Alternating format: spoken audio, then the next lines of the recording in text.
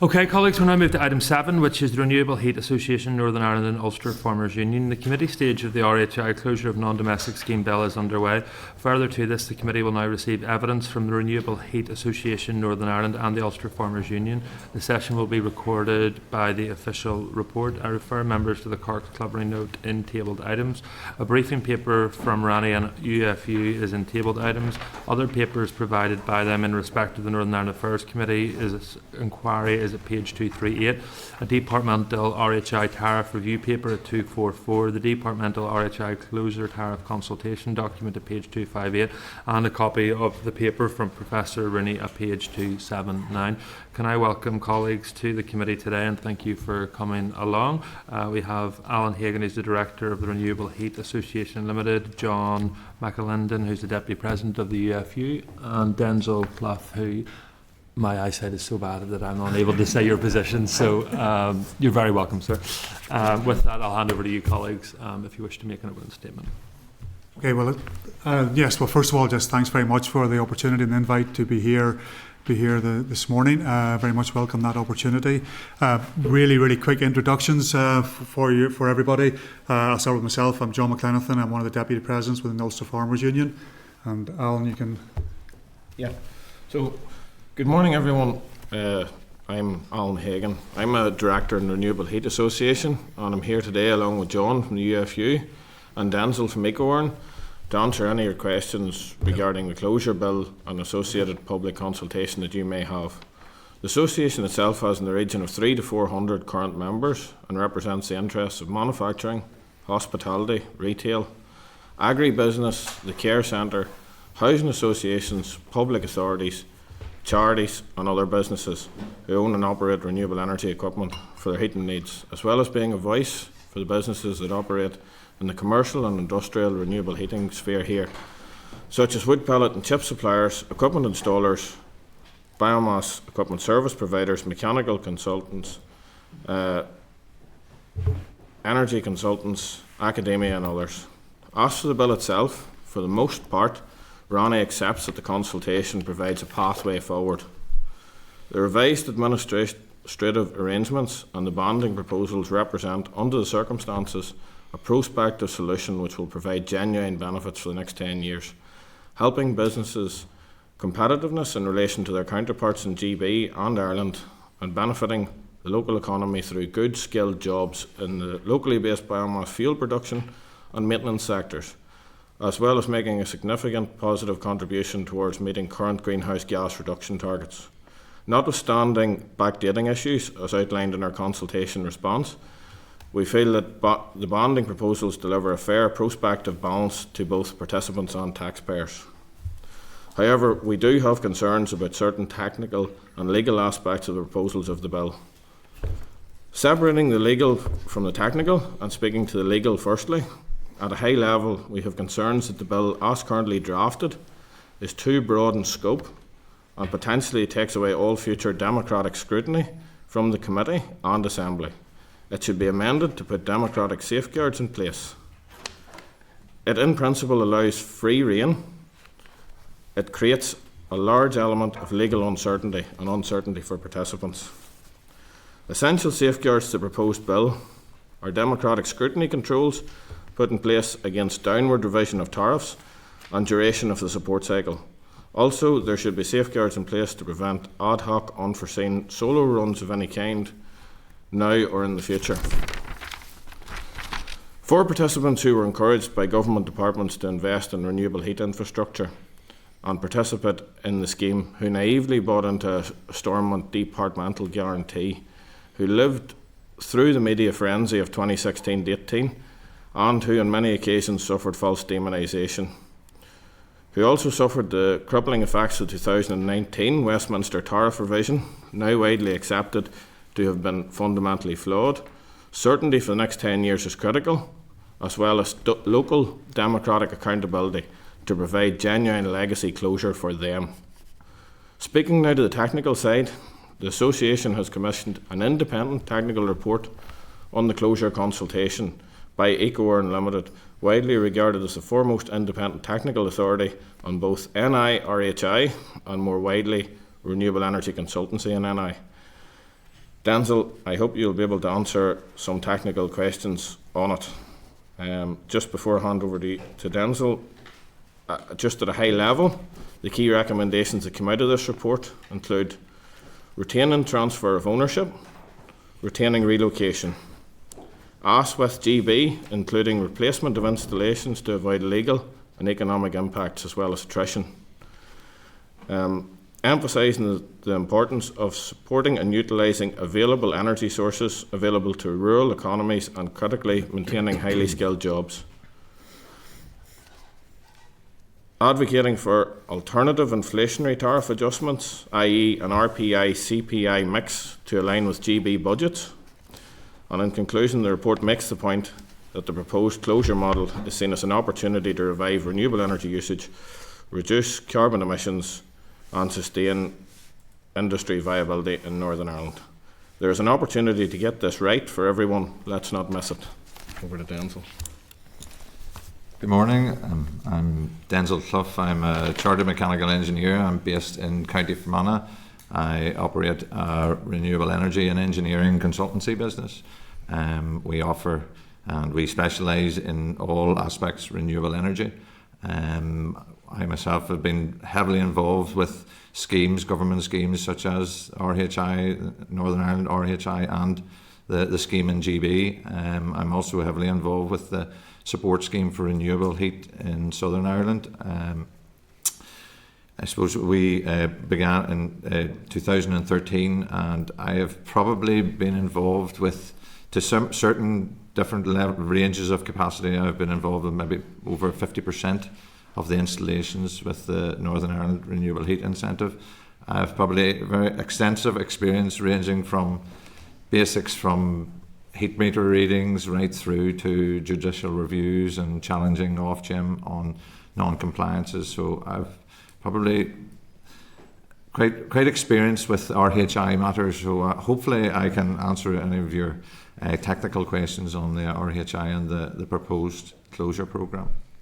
And maybe, Chair, just following on from that, we had a bit of our database unfortunately doesn't allow us this information at the UFU to know how many of our members are still participants in the scheme, but we had a brief chat downstairs before we come in, and we probably reckon we have a few hundred. Alan, you have a number of hundred in your organisation, Denzil similarly, so whenever we add it all up, we have a crossover of course, but whenever we add them up, we're pretty sure we are representing the vast majority of boiler operators. So hopefully that maybe gives you a wee bit of reassurance in terms of why hopefully we can provide you with some useful information. Thank you very much, John. Everyone content with that? Okay, thank you for that. I just think for both the public watching at home and maybe some of the members of the committee, it's important to distinguish between the bill and the regulations that will flow from this. So the bill, which we are currently carrying out a committee stage on, is a very tight and small bill, and what it does at this stage is empowers the department to make regulations to move towards managed closures and make payments in that regard. So before I move on to the regulations as such, which then is obviously something that will probably attract more public commentary, as the bill is currently drafted, not for going the discussions that we'll have in relation to the regulations, but the outworkings of those. Do you have any concerns in relation to the bill as drafted? I'll maybe start on that, and thanks for bringing that up, because yes, you're quite right. The bill is what really we want to get right in the first instance, and yes, we would have concerns, and those concerns are around, and Alan touched on them, and I'll probably come in on them again. It's that we want there to be a full and proper accountability within whatever happens going forward. We see a critical role for this committee, to perform in that. That's that sort of checks and balances. We want to avoid a situation whereby a department, DFE in this instance, can have the opportunity, the facility to amend or change any of this in the future without there being an element of scrutiny. And we would like to see this committee empowered within the bill to have the ability to do that. So the regulations, though, haven't fully looked at them and finalised. I imagine that we'll see clarity on this will be subject to negative resolution, so that means that any uplift, downlift changes or initial proposals will be subject to formal approval by the assembly, and that will come through usually this committee in the first instance, but it's something I know the committee will probably want to look at when concluding their report as to the role that the committee may or not play in that, given that RHI is both cross-cutting and controversial. Those regulations or changes, outworkings to them, will be subject to approval by the executive as well. So does that give you any reassurances that both there will be assembly oversight and executive oversight of the regulations? Yeah, well, yes, to an extent, and thanks for that. But like, I think, Brian again. Sorry, my clerk was just correcting me. They're draft affirmative, so they're definitely going to be subject to the express will of the assembly. I think that was our concern in reading the bill, was the broadness and scope of it, and the potential powers that it did give. So, I mean, in discussions that ourselves have had in conjunction with the UFU, we came to a unanimous conclusion that where we would like to see this is that future changes, especially the larger ones, such as tariff payment duration, should be subject to firstly a public consultation, and thereafter the full scrutiny at the committee stage and affirmative resolution of the assemblies. We would like them safeguards in place. And then if we just move to the regulations, one of the issues which has attracted substantial public commentary is the moving away in some aspects of the investigation / visits by the department. So the department will obviously take over administration of this scheme. Ofgem obviously have the expertise in doing that. Do you have confidence that the Department for the Economy has the capabilities to carry out the administration of this scheme moving from the 1st of April of 2026? Yeah, I think it's regrettable that Ofgem are no longer going to be available to perform the role they performed previously. It is critical that we have within DFE the capacity and the capability to perform that role that was previously being undertaken by others. We have in our consultation, from a UFU consultation response, and others the same, that we have made suggestion of potential additional safeguards that we'd like to see brought in terms of how DFE performs that role. There will be need for a good level of communication as we go through that transfer in April next year. Experience we would have from the wider agricultural sphere would be, once you introduce a new, whether it's a new program or a new piece of IT or whatever it is, there are inevitably flaws. It doesn't get fully tested until it's on the ground. So we have been encouraging DFE to stress test as much as possible in advance of the changeover to avoid any problems during that initial period. There would need to be good communication from DFE back to boiler operators, so they're aware of what they would require. And I suppose that can be at a very practical level of organised webinars for operators and that type of stuff, which we have seen recognition of the fact that some of our operators may be older. They may sometimes have difficulty with some of those communication technologies. So building all of that into that transition, that DFE and that extra responsibility they'll be taking on from April. So yeah, we've encouraged them, and as organisations we're happy to work with DFE and give them our advice at a practical level, and some of that comes from outside of all of this, from other areas like we mentioned in terms of other agricultural stuff we've been involved with. Happy to sit with them and sort of plot a way through that, because we can see a potential for a few, it happens. We know that it can happen. So the more we can do in advance to avoid that by collaborative working together, the more likely we are to avoid all of that.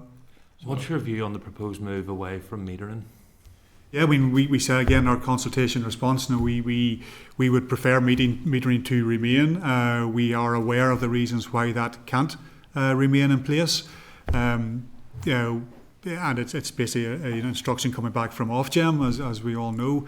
We tried to contact Ofgem, we did contact Ofgem around this specifically, to get their perspective on the metering issue, but they referred us back to DFE, so we weren't actually able to get that direct conversation with Ofgem around metering. We saw meter. We in our consultation response, nobody, I think many of our organisations ever called for metering to be removed, but this is a situation we find ourselves in, and it's a case of what can we do? What's the best option that we can take forward? So essentially, just to add to that, I suppose I'd echo John's comment. We are where we are in the sense that Ofgem is going. It is extraordinary. There are positives and negatives to be taken out of that. One of the positives is the scheme will be moving to be managed more locally. There has historically been issues with it being administered out of Cardiff or London, so that's a positive. The negatives possibly with the experience of the last 10 years. There are within the association there are members that have extensive experience of the NI scheme, also the GB scheme, the Southern scheme. We would give every encouragement to DFE to engage broadly with the wealth of expertise that exists in the private sector to help make this work. On the aspect of bonding specifically, the association has never been against metering. However, just to put it into context, metering is not the be-all and end-all of each and every scheme, and certainly the bonding proposal that we see, we came to the conclusion internally that the years that it represented, 17 to 19, did represent the best as far as usage was concerned, and I think that Denzil came to that conclusion independently of ourselves as well. Do you want to add anything to that? Well, I suppose I come from more of a practical, and I'm dealing with Ofgem and SEAI and the likes of those departments on a daily basis.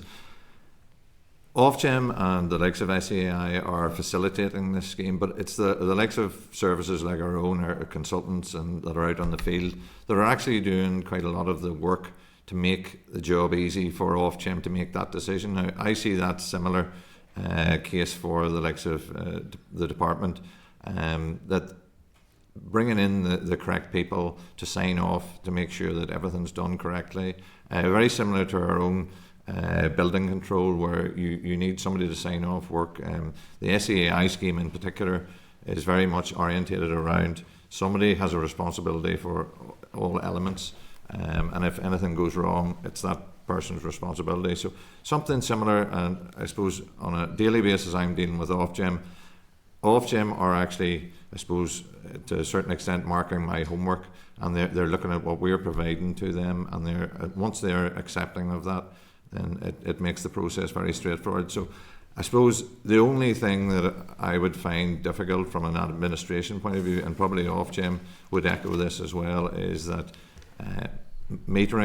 heat metering seems to be the biggest issue of trying to overcome from an administration, and not so much from the point of it's a difficult process or anything like that. It's probably more from the fact that if a heat meter goes down and somebody's owed money on that particular heat meter, you then have to actually prove how did they use that fuel. Now, ironically, it goes back to the point where you have to analyse the fuel usage and how much just went through that particular. Now, the difficulty is whenever you have multiple boilers on one site that are using the same fuel, and you have to then start splitting it down. So I say this is why it becomes a wee bit more complex, but as far as heat metering goes, heat metering does give you a solution. However, the fuel analysis is probably the ultimate solution to get to the bottom of that.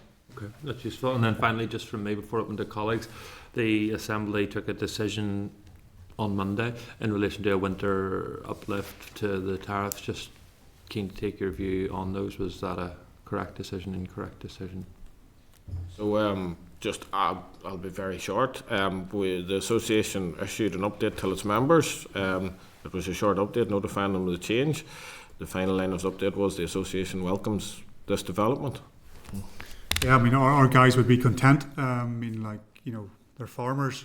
We always believe there's room for a bit more, but we're content with what's been proposed. We see it as moving forward, and that's important to us. I think everybody recognises that at this stage. We need to move forward and believe this. We're content to accept what has been proposed, what's been introduced. Thank you, David. Thank you. Thank you, guys, for coming in and your pack that came through. I suppose this is about fairness to the people who invested in good faith and operated in good faith, but also public trust and confidence for everybody moving forward. You talked about the abuse that was seen back at the time, and it's trying to move forward to kind of unwrap this all up. But the meter, and just to go back to the meter, and you go to Phil, what is the best? Are you saying then that the fuel is the best indicator of what's been used rather than meters?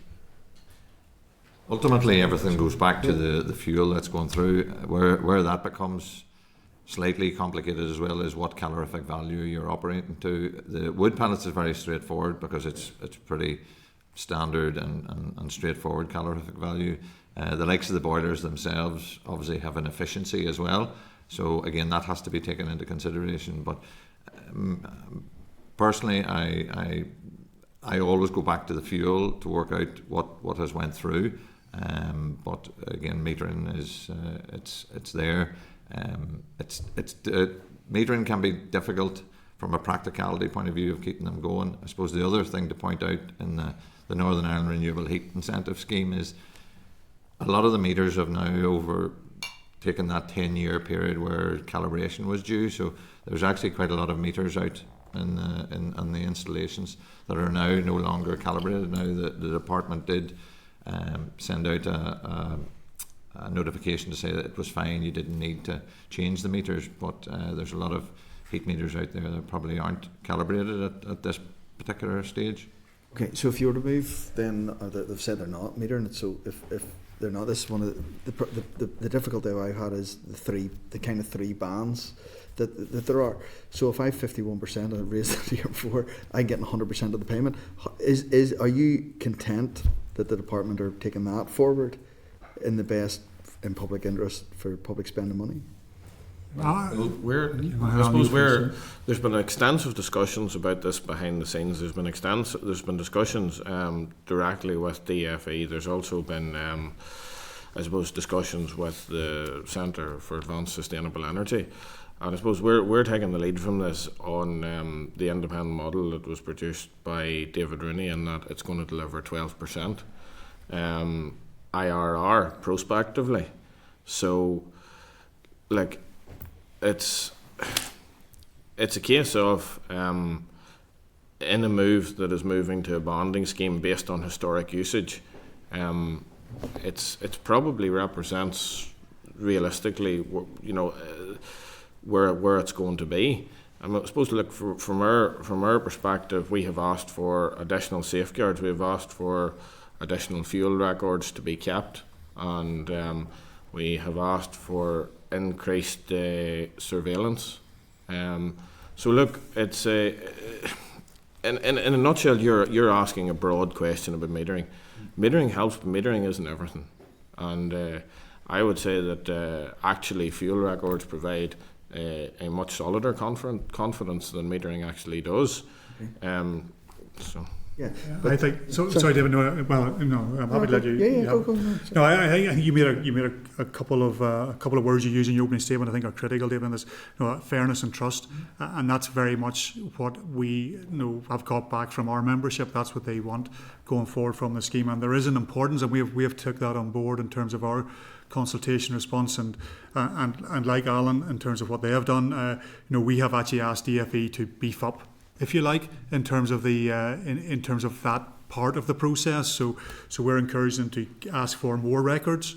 We're encouraging them to do more inspection, to give that reassurance to the public, because all our people who are using this scheme have continued to use it because they have a genuine requirement for the heat. They see the benefits that that heat brings them in terms of their enterprise, and they like the idea that that's offsetting the use of a fossil fuel, and it's a renewable fuel that they're using locally produced and everything else. So we want those people to feel they are part. They want to feel that they are part of a scheme which is delivering the things exactly as you describe in terms of fairness and accountability. Yeah. So if we look at inspection, I was actually going to go to there. So if we look at inspection, so what you're actually, because at the minute it's 1 in 10 years basically. It's one inspection over the 10-year period. So what do you talk us through what that would look like if you were to do as you just said? Yeah, well, it's in our response, so we would encourage there to be more than that. But what does more look like? I think that's where we would invite. That's sort of the question, I guess, for yourselves maybe to ask off the department. What's there's a balance here between what's achievable, what's necessary, what gives the desired result, what gives sufficient security to the public around the fact that funds are going to be used appropriately and correctly. Yeah, it should be more than one. It should be more than one, and there should be, and that's where, and even in terms of the fuel records, we've suggested how that can be further improved as well in order to help provide that supporting evidence. So yeah, we would encourage that. I mean, if anybody thinks that they want to use this scheme to defraud public money, we don't. Nobody wants them in the scheme, and we want them to want a very clear message to them. They will not. The scheme is not for them. This is for those genuine users, farmers, small business, hoteliers, who are using this scheme effectively and have continued to use it even through the downturn in terms of tariffs. So just to come in after that on a couple of points. Firstly, like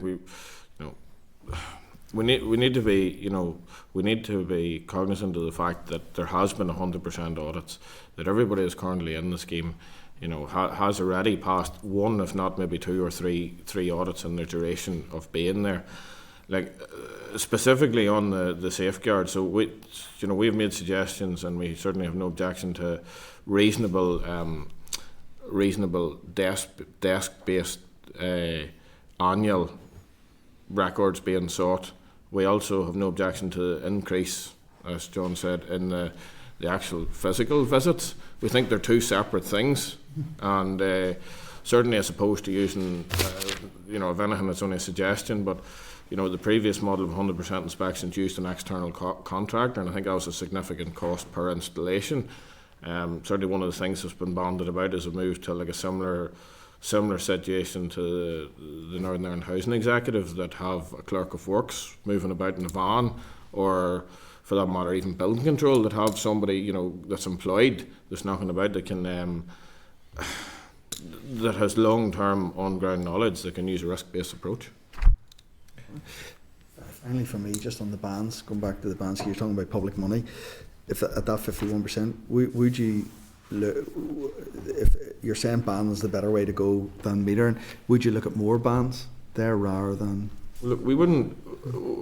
Or would you agree with more bans? I suppose in essence, there's two sides to that. So there's a yes and a no. In principle, I suppose, look, there's no overt objection to moving from 3 bans to, say, 4 bans, 5 bans, but you get to a point where it gets to be very complicated.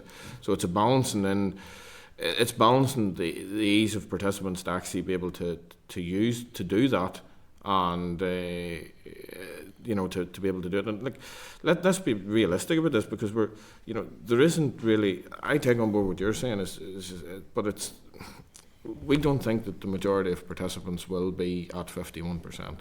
We think they'll be using it as they were in 2017 to 2019, which will give a broad range of inputs.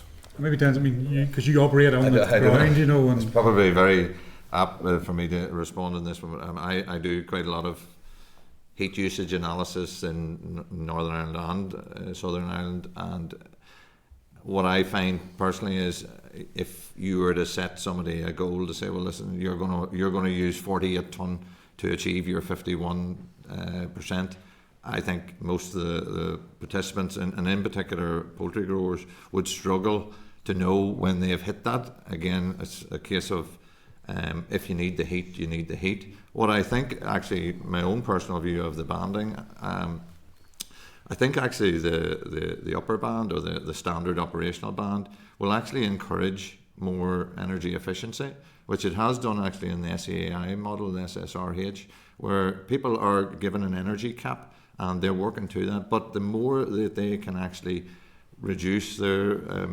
usage and try to improve energy efficiencies around their plants, this is seen to be a very, very successful in the SEAI scheme. I see no reason why this can't be the case in this scheme as well. And again, back to, from an inspection point of view, the SEAI scheme actually do inspections on an annual basis. So somebody actually comes out to inspect it annually. More so from the point of view, they have all the information, they have all the fuel records, more from a point of view to make sure it's eligible, that nobody has added on any fossil fuel elements or ineligible heat usage, etc. And again, that probably is an element to this, the closure programme and closure model. I think it's going to be very difficult for somebody to try and, well, let's say in inverted commas, game this, because I don't think there's enough there to enable somebody to actually go and say, well, I'm only going to use 51% and then I'm moving on to fossil fuels. What I'm seeing is throughout, and especially in around that 2017 to 19 period, where people were actually, believe it or not, it was introducing energy efficiency. Whether we like it or not, it actually introduced energy efficiency from the point of view people were optimizing their usage of biomass and then actually using fossil fuels for ends that maybe weren't as desirable. But again, that was all cost driven, because again, the price of pellets actually rose in around the same period, and that had a major impact. And it's no different from heating your own home. Whenever the price of oil or kerosene goes through the roof, you do become a wee bit more frugal, and you start to become a wee bit more energy efficient. And I think this closure model should bolster that. Okay, I think it'd be useful to get that details on that. I say. No problem at all. Yeah, brilliant. Thank you, Jonathan. Thank you, Chair. A lot of the questions have been asked. I suppose probably don't have to go into the detail of the history of the scheme and why we're here today, and the experience that you guys have been through as organisations and your membership. I look at this now as very much balancing of safeguards. That's how I view this entire process now. It's ensuring that we can safeguard the genuine participants of the scheme, and also safeguard the taxpayer from abuse. And I think that if we adopt it from a first principle with that in mind, I think there is a process, a way forward here that everybody can buy into. So I want to just first of all talk about the bill. So too broad in scope was mentioned by yourself, Alan. The Chair made a suggestion about obviously draft affirmative resolution, which would mean that any change would ultimately have to come to the Assembly for vote. Is it your fear that you don't trust the department, given your previous experience with them on this, that this rate could change and therefore put your members at an economic disadvantage, or what's the concern? Well, phrase "fool me once" comes to mind. Okay. Simply put,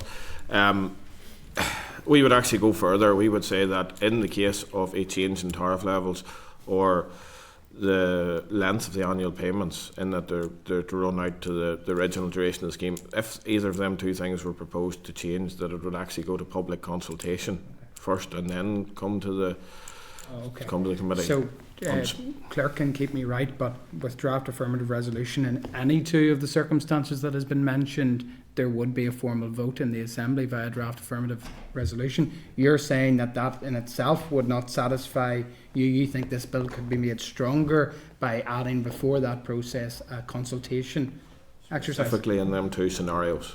Okay, right, that's just useful to know. Next part of the safeguarding, bearing in mind,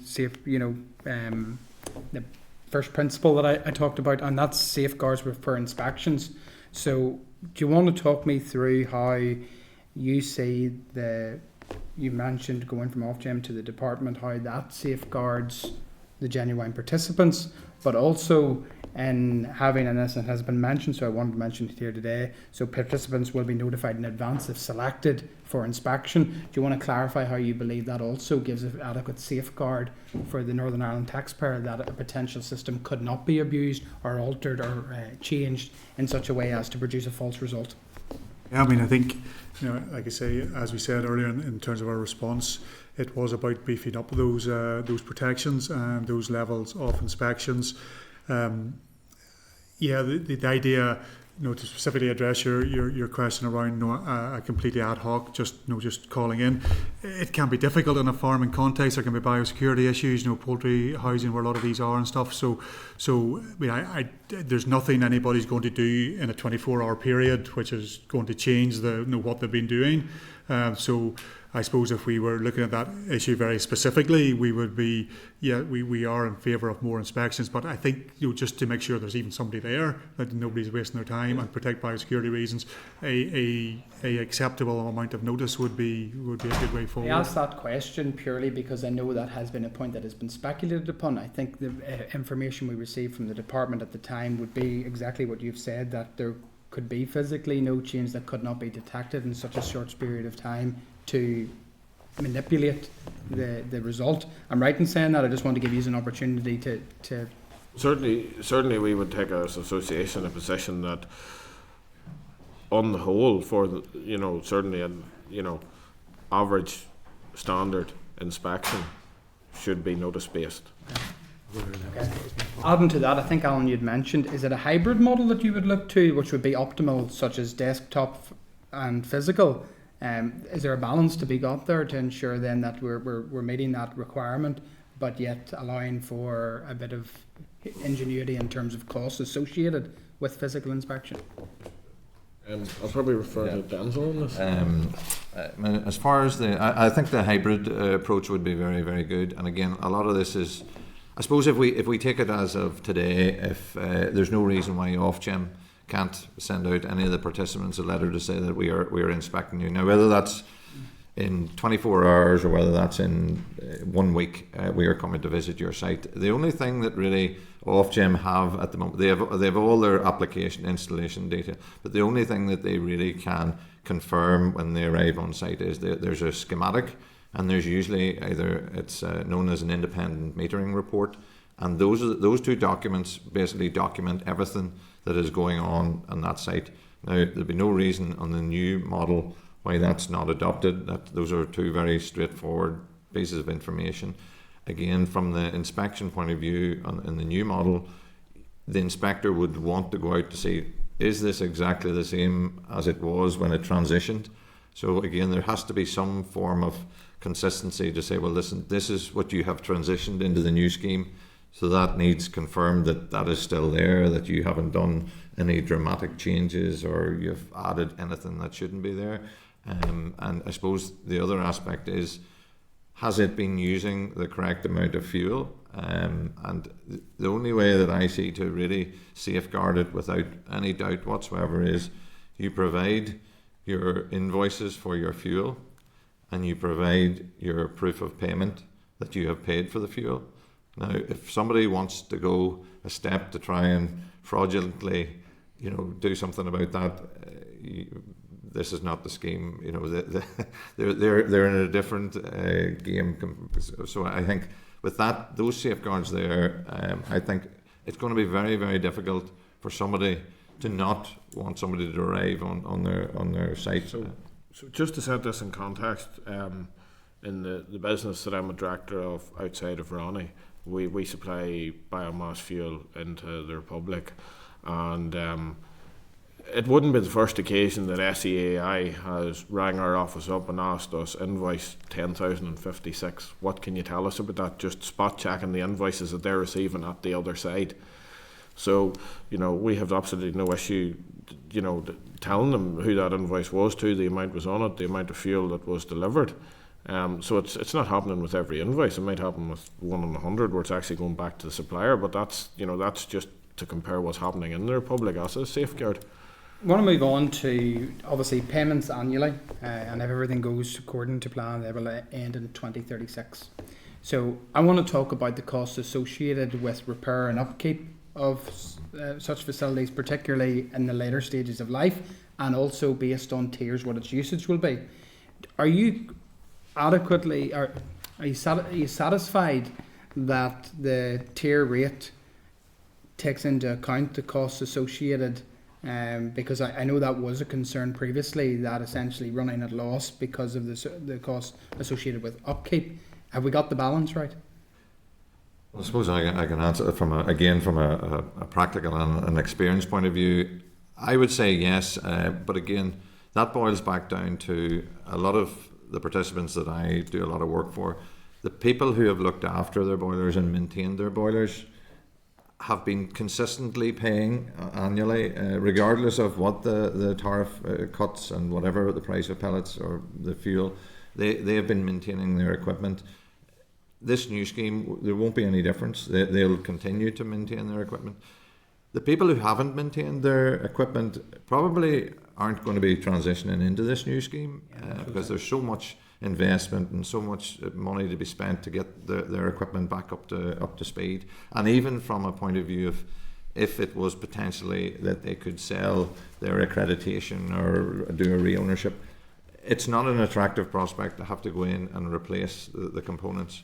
The components and spares for the renewable or for biomass boilers in particular can be extortionate at times, and that. You wouldn't have any form of breakdown about how many people would fall into that category where their boilers are not going to be functional. I wouldn't have that statistic now. Again, majority of people are that. We're talking a minority, though. Of it would be a minority, and again, to be honest with you, some of them have probably changed business or they've changed industry, and they're probably they're not really going to be viable for this transition. Just on a side note, just where we were talking about the fuel supply and the checks and stuff. So, us is with the schemes in GB and ROI, there is allowances for those who actually grow their own fuel, that they can sign a declaration towards that there. So just to put that point on. Last point from me, and again, we always heard from the department, we want to strike the fair balance between the genuine participant and the ratepayer. And time again, that was proved to be wrong. The balance wasn't right. And I think that's something that has really struck me in all of this, particularly in the proposed tariff rates. Now, you guys have been at the point of debating that, arguing that, legally challenging that for some time. We now have Professor Rooney's version. Do you think we've got the fair balance? I maybe starting that one. I think what I'll reference to answer that is we had a tariff uplift proposed just over a year ago, and we jointly rejected that. Now, we took that to our membership and said, what do you think? And I think there was a little bit of surprise from DFE side that they rejected that, because they couldn't understand why would you reject an uplift. But the reality of it was it wasn't actually fair or reflective of some of the things you've talked about in terms of maintenance costs and everything else. So whenever they came back now with what's been proposed and the figure that has now come into place just this week, whenever we present that to our membership, they said we'll accept that. Now, that's not to say they were content. I think it was the word we used earlier. It's not to say that they couldn't have made an argument for it needing to be a little bit higher. I think they could have and made a very legitimate argument for that. But there was recognition that this will allow us to move on, in terms of this, to an extent, put it behind us, to an extent, get on with doing what they want to do, which is in our case mainly in terms of their broiler production. So yeah, it's okay. We're content. When we previous wasn't, and we rejected it. This time we've accepted it, and hopefully that allows us, like we say, all to move on. So the association welcomes the banding level or the tariff level, in the sense that it's a move back towards the position that was had in 2017 to 19. We regard the 2019 Westminster legislation has been deeply flawed and a fundamental error. So to answer the question, is it where we were at in 2017 to 19? No, but it's a lot closer than we have been for the last 5 years. In particular, the upper medium band, the 199 kilowatts, has somewhat to go. In our consultation responses, we have asked that be further reviewed, and suggesting a fair balance to taxpayers and participants. Okay. I suppose I take more of a holistic view, and probably from an energy point of view. I suppose what I hope to see from the likes of this closure model and this transition is that this will help bolster the department's key energy strategies, which again we're hoping to improve energy efficiency. We're hoping to reduce carbon emissions, and also probably most importantly, we're trying to improve the green economy, and that's again a major impact here, in which I've personally seen a demise of the biomass industry, and a lot of companies out of business, a lot of people that used to work on heat meters that are now gone or in a different industry, a lot of technicians, and again what I would hate to see is, like a lot of our trades that we have nowadays, that trade will eventually die out, and we won't have anybody to work on biomass boilers, and we can have all this scheme. So I think the balance is fair, and I think it's going to help grow that green economy, which will have an impact on the likes of logistic companies, our industries like the likes of food suppliers, my part. And not only that, I suppose, we are very much focused, and I suppose I'm very heavily involved with poultry, but I'm also heavily involved in the hotelier industry. And again, I see such benefits in the hotel industry in the Republic of Ireland compared to our own area in County Fermanagh, where they are receiving their subsidies, they're growing, they're improving their facilities, they're reducing their carbon emissions, and the same hotel in County Fermanagh is struggling to pay for energy, and again, it's not helping our tourism industry or our green economy. So as I say, that's my own. Thank you. Thanks, Chair. Sinead. Thank you very much, and a lot of ground has been covered already. And I suppose my colleagues all around the committee are landing in the one space.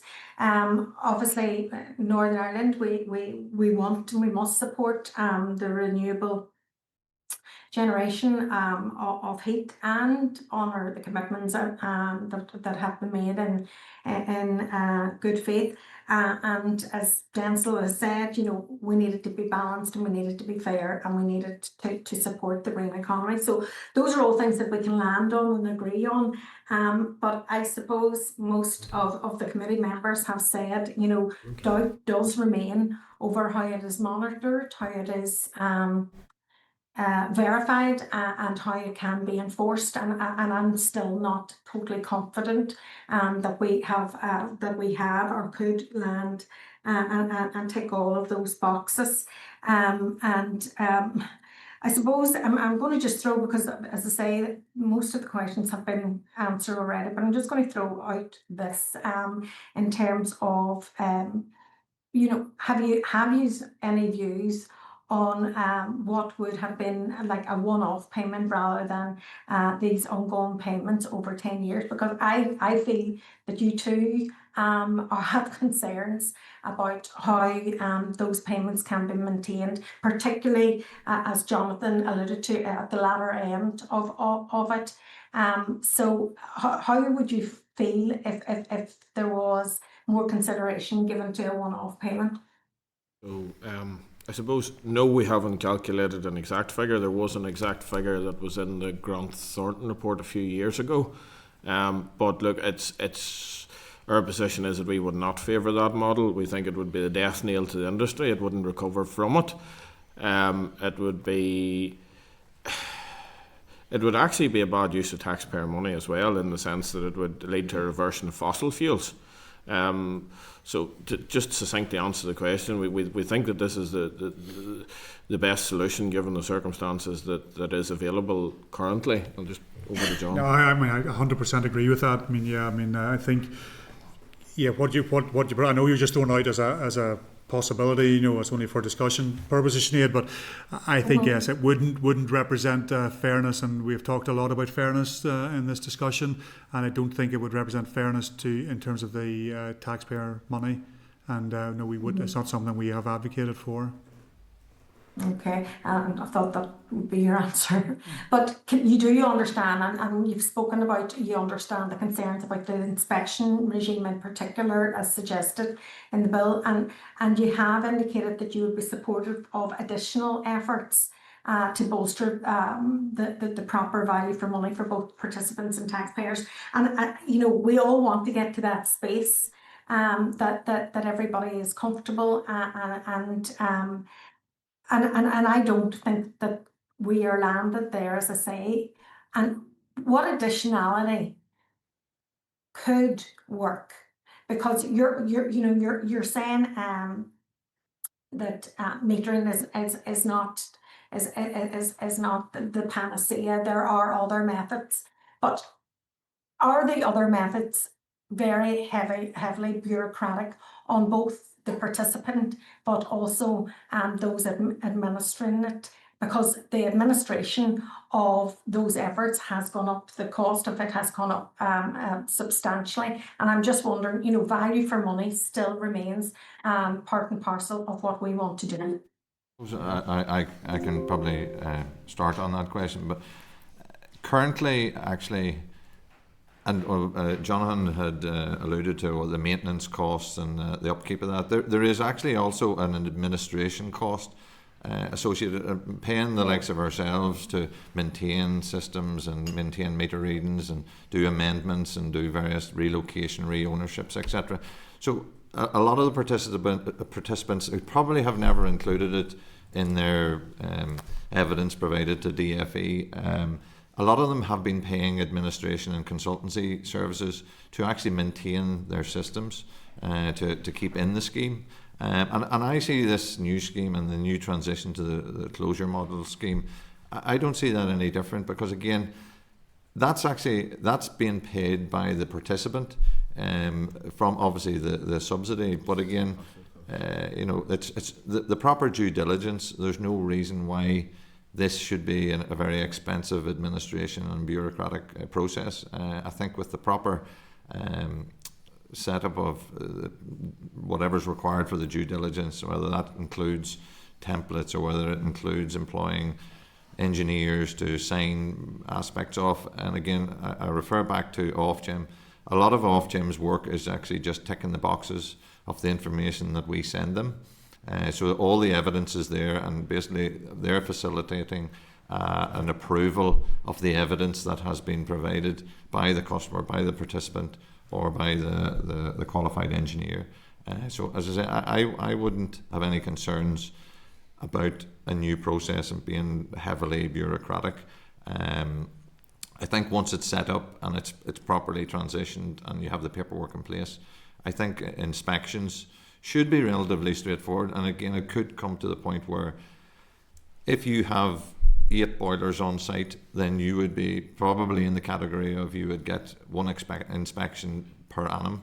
If you only have one biomass boiler, I think a desktop once a year and maybe once every 3 years, and on site or once every 4 years. So I think it could be weighted to how many installations you are involved with or how many you have on site. So I say I don't see that being a major bureaucratic or administration nightmare.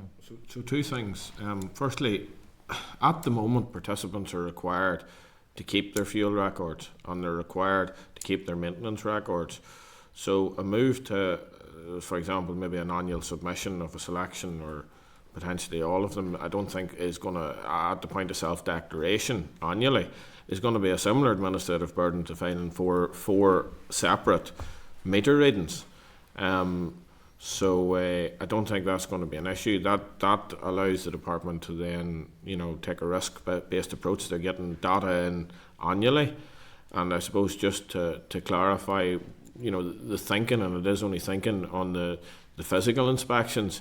If you did take a clerk of works approach where somebody is, I'm not going to say popping in, but coming to take a look, is the boiler there? What's it being used for?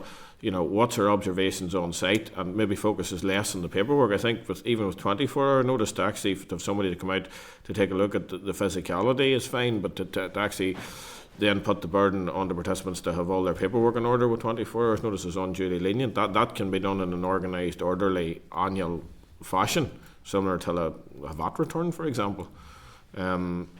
So another key thing here is communication between the department and participants and associations, because one of the things that fell apart in 2016 was that the department stopped talking to participants and organisations. Now, we all understand the reasons why, but we have had more communications with the department in the last 12 months than we've had the decade previously.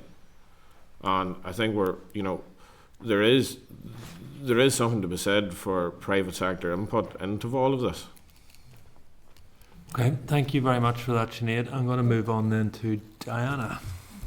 Thank you for coming before the committee this morning. I think the sensitivities remain. It's the public perception, as I keep saying, of the successor to the RHI, and it is important to move towards that end point. Now, Jonathan and Sinead have covered quite a lot of what I was thinking, of asking, but a couple of minor points in your presentation really is about, and I was trying to understand where the department is unhappy about funding installations that have been relocated, how many do you think, in your estimate, would fall into the category of relocation?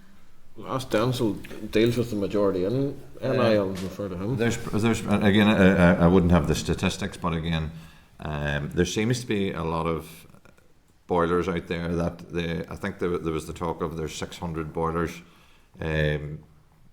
out, not in contact with Ofgem, and they believe that these 600 boilers are gone, or they're just gone. What it probably is the case now, and I've probably dealt with in the past couple of months, and probably 150 to 200 of those boilers, that people have just, administration wise, they have just let the thing fall apart.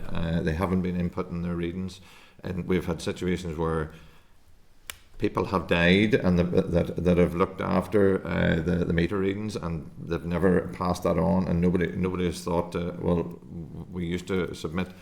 There also seems to be a lack of communication maybe from Ofgem, whether a lot of times they're not sending out reminder emails anymore, or maybe they're going to emails that aren't being reviewed on a regular basis. So I suppose it's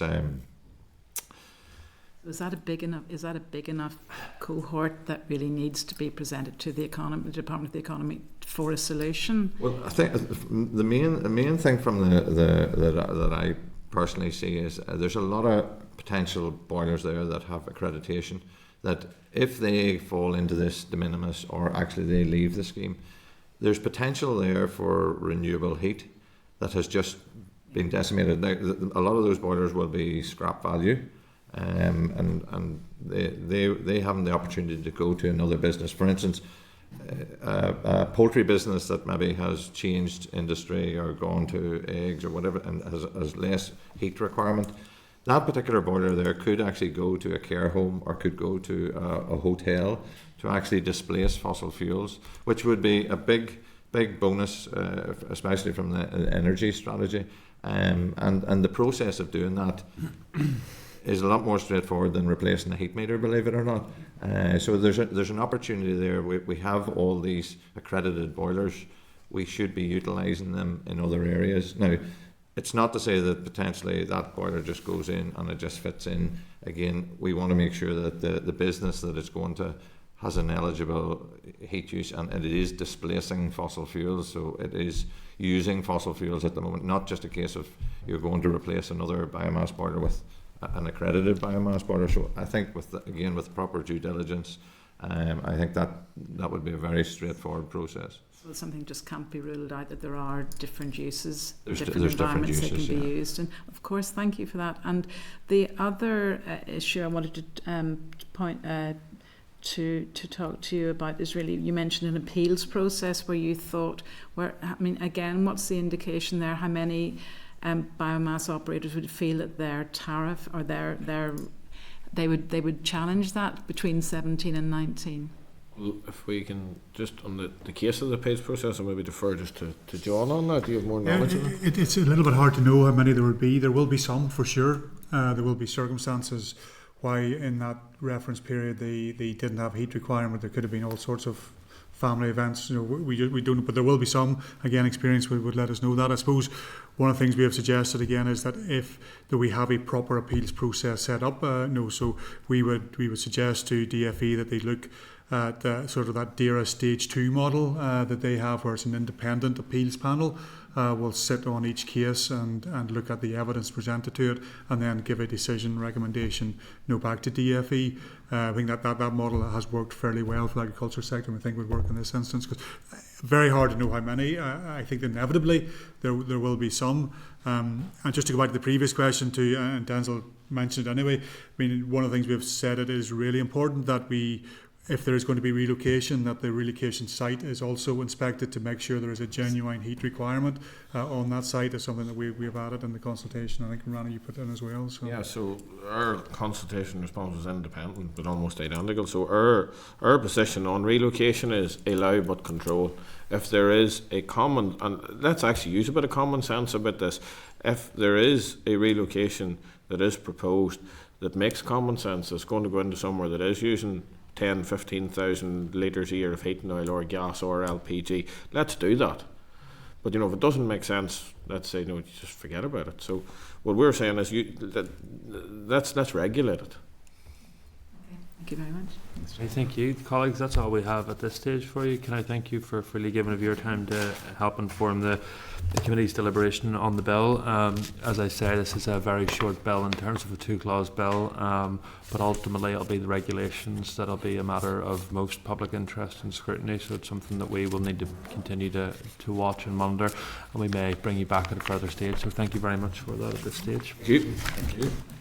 Okay, Peter. So in terms of actions, members, are we content that I'll contact RAISE and just find out more information about the SEAI model in use in the Republic of Ireland? Also, if members are content for me to contact the department and ask if they can see the responses to the consultation on the regulations. Okay, if that's agreed, members. Great. Okay. Moving to item 8, members' correspondence. Are members content to dispose of as indicated in the index? Apart from number 11, Chairperson, which is there's tabled correspondence where the Minister is offering an informal brief to the Chairperson on the security of supply issue. Are members content that I meet the Minister, and obviously a note will be provided to the committee? Okay. Forward work plan, Peter. Nothing to say, members. That just is what it is. If members have any comments. Members agreed? Great. Any other business at this stage, members?